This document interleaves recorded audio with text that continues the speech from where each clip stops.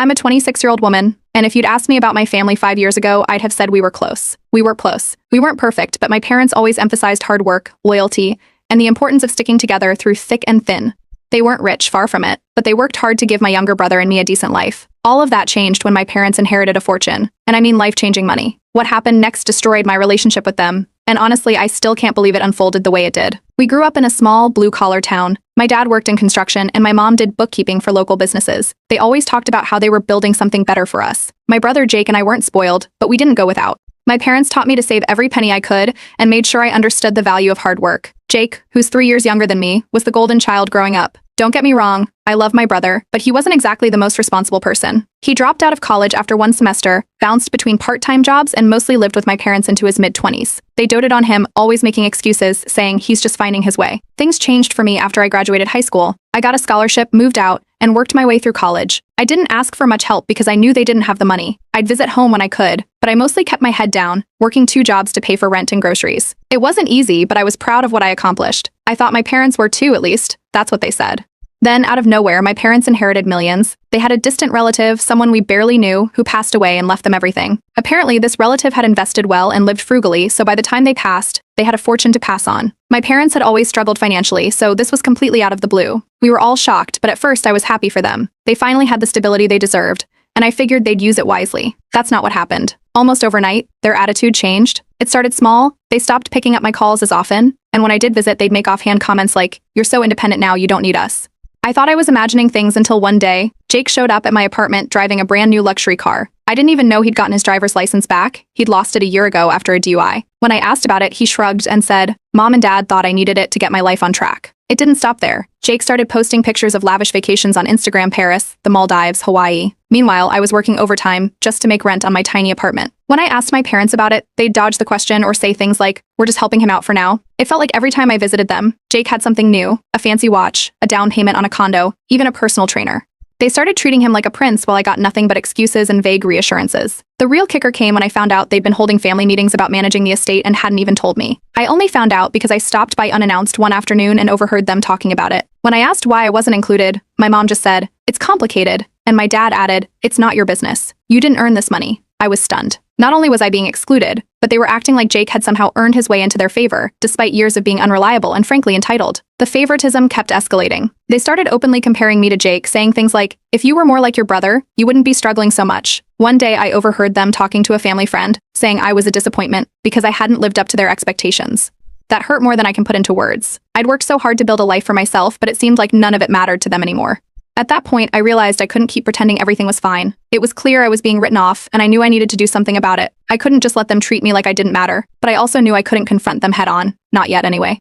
They were too caught up in their newfound wealth to see reason. Instead, I decided to bide my time and figure out exactly what was going on behind the scenes. If they wanted to treat me like I didn't exist, I'd make sure they regretted it. After realizing I'd been pushed to the sidelines, I decided to stop waiting for answers and start finding them myself. If my parents weren't going to include me in discussions about the inheritance, I'd figure out what was going on without their help. I didn't have much to go on at first, but I knew one thing: my parents weren't exactly financial geniuses. This wasn't just a gut feeling. It was based on years of seeing them live paycheck to paycheck and struggle to manage even small sums of money. I had a hunch they were in over their heads. The first step was figuring out the basics of the inheritance. I didn't have access to every detail, but I remembered overhearing the fortune came with certain stipulations. I started digging through public records to see if I could find anything. It didn't take long to discover that the estate was massive, but it wasn't just a pile of cash sitting in a bank account. It included properties, investments, and trust funds, all of which required ongoing management.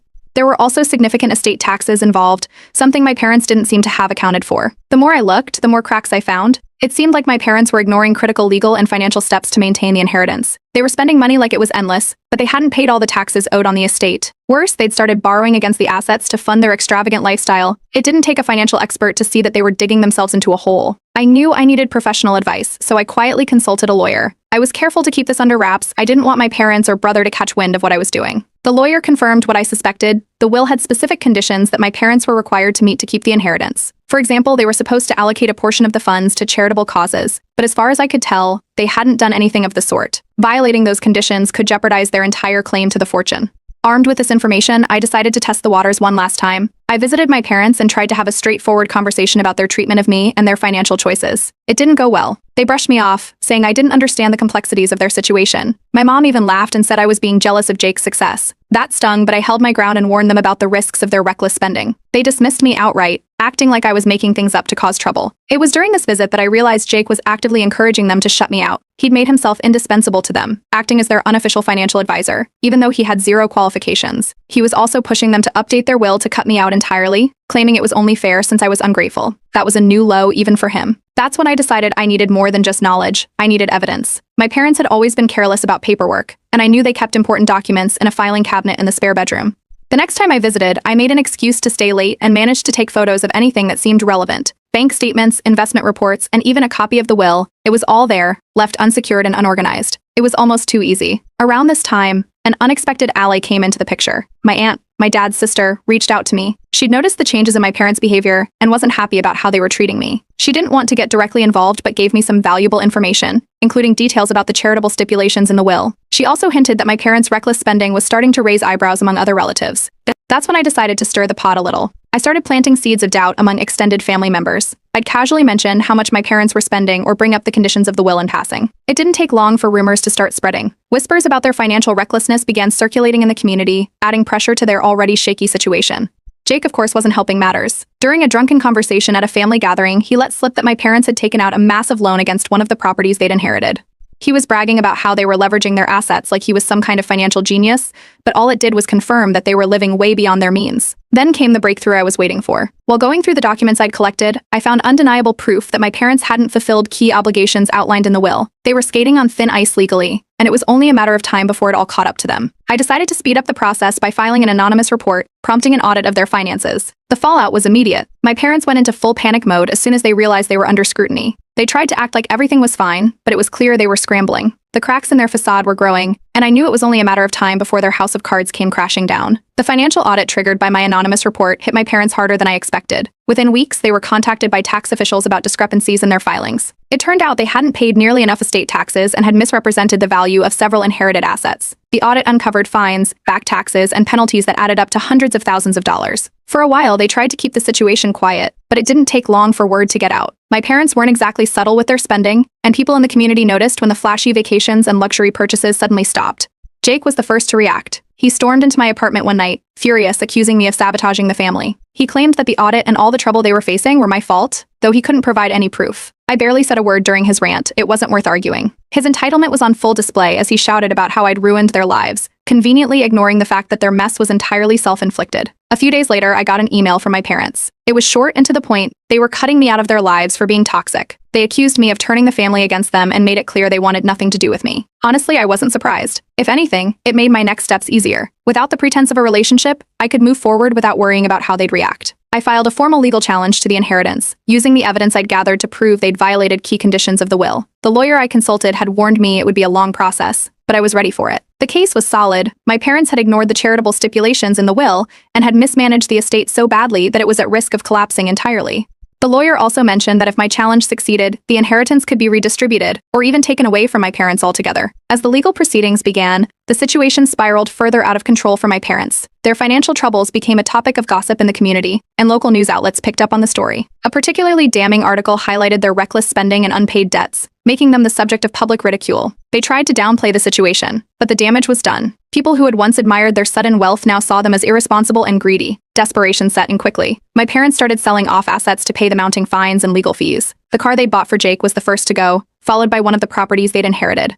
It wasn't enough. The more they sold, the more people noticed, and their reputation continued to crumble. Extended family members who had initially supported them began distancing themselves, realizing how badly they'd mismanaged the inheritance. Jake, meanwhile, was in freefall. Without financial support from my parents, his lavish lifestyle came to an abrupt end. He lost his condo when he couldn't afford the mortgage, and his social media posts shifted from exotic vacations to vague complaints about fake people and jealous haters. It was clear he wasn't handling the situation well, but I wasn't about to step in and help. He'd made his choices, just like my parents had. Through all of this, I stayed quiet. I didn't reach out to defend myself or try to explain my side of the story. I didn't need to. Everything was unfolding exactly as I'd expected. I continued gathering evidence and working with my lawyer, who uncovered even more violations my parents had made. For example, they'd failed to report rental income from one of the properties they'd inherited, which added another layer of legal trouble to their already massive pile of problems. Then, out of nowhere, my parents reached out to me. It wasn't an apology, exactly, more like an attempt to fix the relationship. They claimed they missed me and wanted to start over, but it was clear they were only reaching out because they needed help.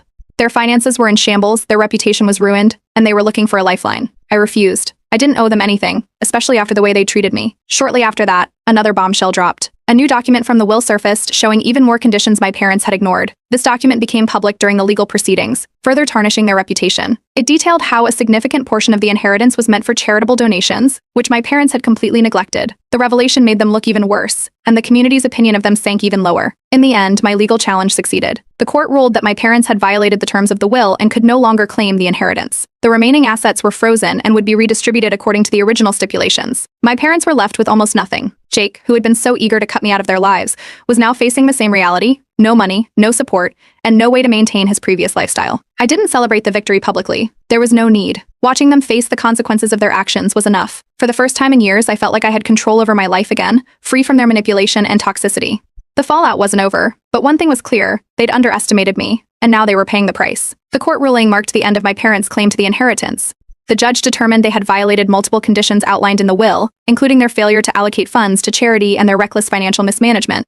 Their behavior left no room for leniency. With the ruling, the remaining assets were redistributed among other family members and the specified charities. My parents were left with almost nothing, aside from the debts they had accumulated trying to maintain their lifestyle. Jake's reaction was immediate and dramatic. He cut ties with my parents, blaming them entirely for losing everything. He told anyone who would listen that they had ruined his life by mismanaging the fortune. It was ironic, considering how much he had benefited from their poor decisions. But now that the money was gone, so was his loyalty. He moved out of their house and stopped speaking to them altogether. For the first time in his life, he was on his own, and it was clear he wasn't handling it well. The financial fallout only got worse. Unable to pay their debts or fines, my parents declared bankruptcy. They had to sell their remaining possessions, including their home. The community, which had once admired their sudden wealth, now saw them as greedy and irresponsible. Former friends distanced themselves, and their social circle shrank to almost nothing. By the end of it, my parents were forced to move into a small rental in a less desirable part of town. They both took on low-paying jobs to make ends meet, a stark contrast to the luxury they had been flaunting not long ago. Jake, meanwhile, was experiencing the struggles of adulthood for the first time. Without my parents' financial support, he bounced between jobs, unable to find anything stable. He had to move into a cramped apartment with roommates and started selling off the designer items my parents had bought for him. His Instagram, once filled with pictures of luxury vacations and fancy dinners, was now quiet. The few posts he made hinted at frustration and bitterness, but the sympathy he was fishing for never came. Throughout all of this, I stayed quiet. I didn't post about it on social media or try to explain my side of the story to anyone. The truth was out there, and I didn't feel the need to defend myself. Still, I couldn't help but feel a sense of relief as everything settled. For the first time in years, I wasn't carrying the weight of their toxicity. I'd done what I needed to do, and now I could finally focus on myself.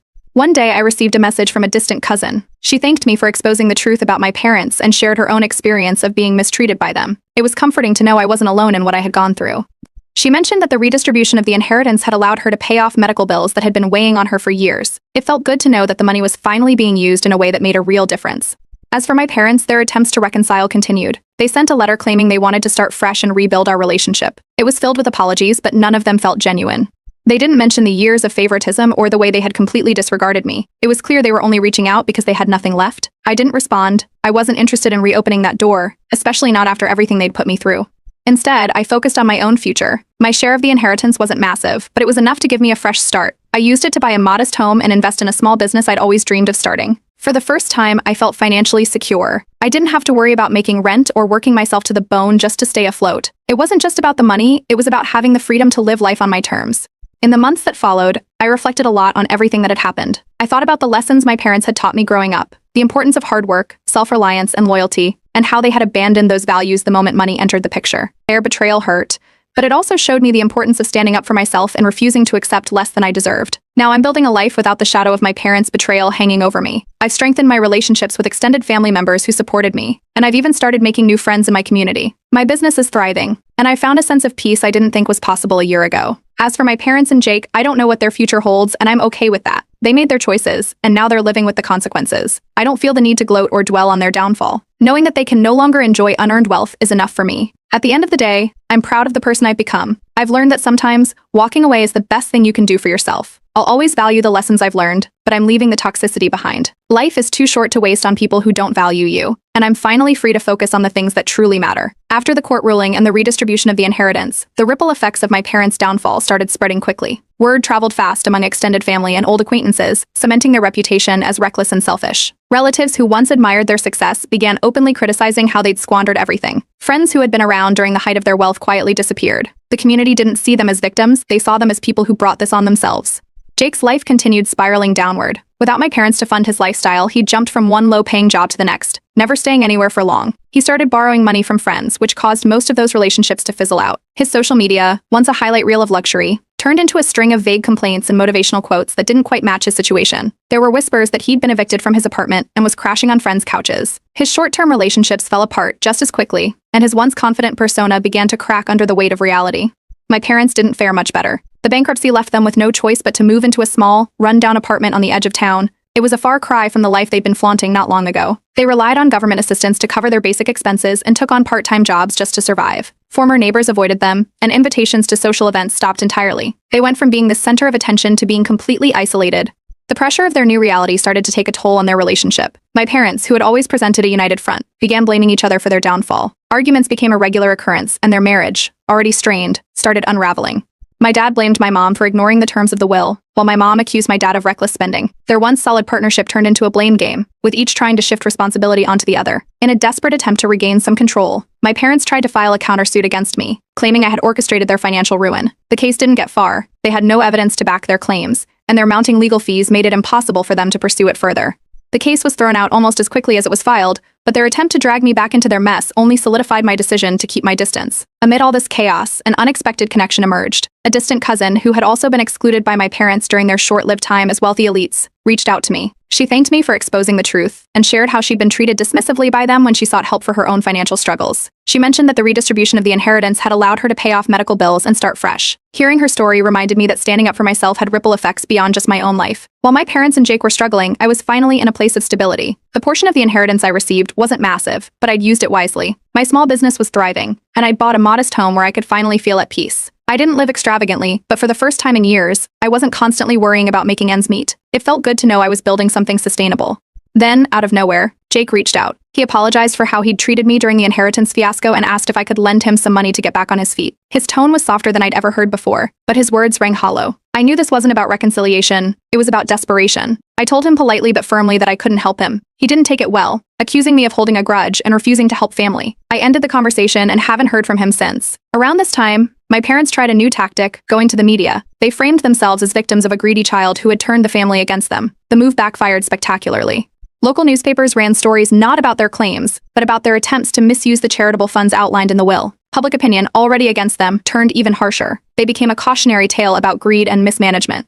The stress of their financial ruin began taking a toll on their health. My mom, once so full of energy, started looking frail and exhausted. My dad's temper, which had always been simmering beneath the surface, became more volatile.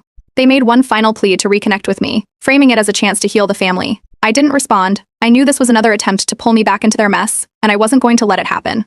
The turning point for me came when I realized I no longer felt tied to their drama. Their downfall was a result of their own choices, and I didn't owe them anything. For the first time in years, I felt truly free. Free to focus on my business, my home, and the relationships that actually mattered. The years of mistreatment and manipulation had taught me valuable lessons about self-worth, boundaries, and the importance of walking away from toxicity.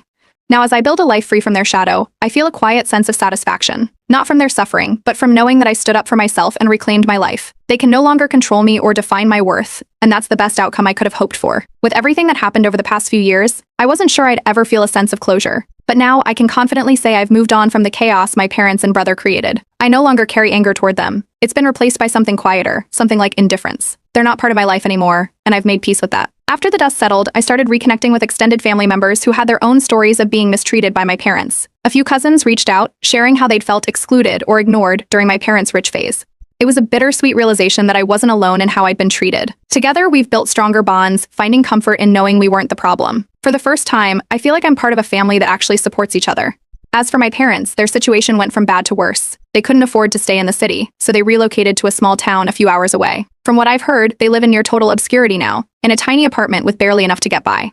The few friends they still had cut ties after the media backlash, leaving them socially isolated. The blame game between them hasn't stopped, and their marriage seems to be hanging by a thread. I don't have any direct contact with them, but from what relatives have mentioned, they've hit rock bottom. Jake didn't fare much better. The weight of our family's ruined reputation seemed to follow him everywhere. Eventually, he moved abroad, hoping for a fresh start where no one knew about the mess he'd left behind. But running from your problems doesn't solve them. He's struggling to find steady work and has burned through whatever savings he managed to take with him. The lifestyle he was used to is long gone, and I've heard through the grapevine that he's become increasingly bitter about how things turned out. One of the most satisfying parts of this whole ordeal has been seeing the charitable portion of the inheritance finally go to the causes it was meant for. Thanks to the court ruling, the funds that my parents ignored were distributed to local charities and community projects. Seeing those organizations thrive, whether it's a shelter expanding its services or a scholarship fund helping students, has been a reminder of how wealth can be used for good when handled responsibly. Meanwhile, my life has completely turned around. My small business is thriving far beyond what I initially hoped for. I've been able to expand my services, hire a small team, and even start giving back to the community. It's not just about the financial stability. I've built something I'm proud of, something that reflects my values and hard work. For the first time in years, I feel secure and accomplished. On a personal note, I've also started dating someone who truly values resilience and independence. They've been incredibly supportive, and it's refreshing to be with someone who understands what I've been through without trying to fix or change me. It's early days, but things are going well, and I'm optimistic about the future. My parents haven't stopped trying to reach out, though their attempts have become more desperate. Recently, they sent a handwritten letter, begging for forgiveness and asking for help. The tone was manipulative, filled with guilt-tripping and veiled accusations. They claimed they'd done their best and blamed the situation on circumstances beyond their control. I didn't respond. I saw it for what it was, another attempt to reel me back into their drama. I've worked too hard to build a life free from their toxicity to let them drag me down again. In contrast, the community I've built around me now is one of support and understanding. I've made new friends, joined local groups, and found people who genuinely care about me. It's a stark difference from the relationships I had with my parents and brother, where everything felt like a transaction. These connections fill the void that their absence might have left, and I'm grateful for them every day. Jake, however, hasn't let go of his bitterness. He recently posted a long-winded rant on social media, blaming me for the family's downfall. The post was filled with exaggerated claims and outright lies, but it didn't gain much traction. The few comments it received were unsympathetic, with some even calling him out for his entitlement. It was clear he was trying to garner pity, but no one was buying it. Reflecting on everything, I've realized how much I've rediscovered about myself. The lessons my parents claimed to value, hard work, fairness, and self-reliance, are the same ones they abandoned the moment money came into the picture. But they're also the values I've held on to, and they've guided me through this entire journey. In some ways, their betrayal forced me to become stronger and more self-assured than I ever thought possible. The legal case surrounding the inheritance is now officially closed. With my parents losing all avenues for appeal, there's nothing left for them to fight over. The remaining funds have been allocated as intended, and I've decided to donate a portion of my share to causes I care about. It feels like the right way to honor the original intent of the will and create a legacy my parents never could.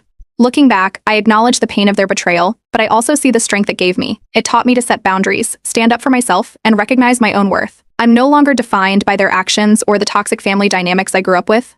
Today, my life is peaceful, fulfilling, and entirely my own. I've closed the chapter on that part of my life, and I'm moving forward with clarity and purpose. The past may have shaped me, but it doesn't define me, and I'm determined to build a future that reflects who I've become.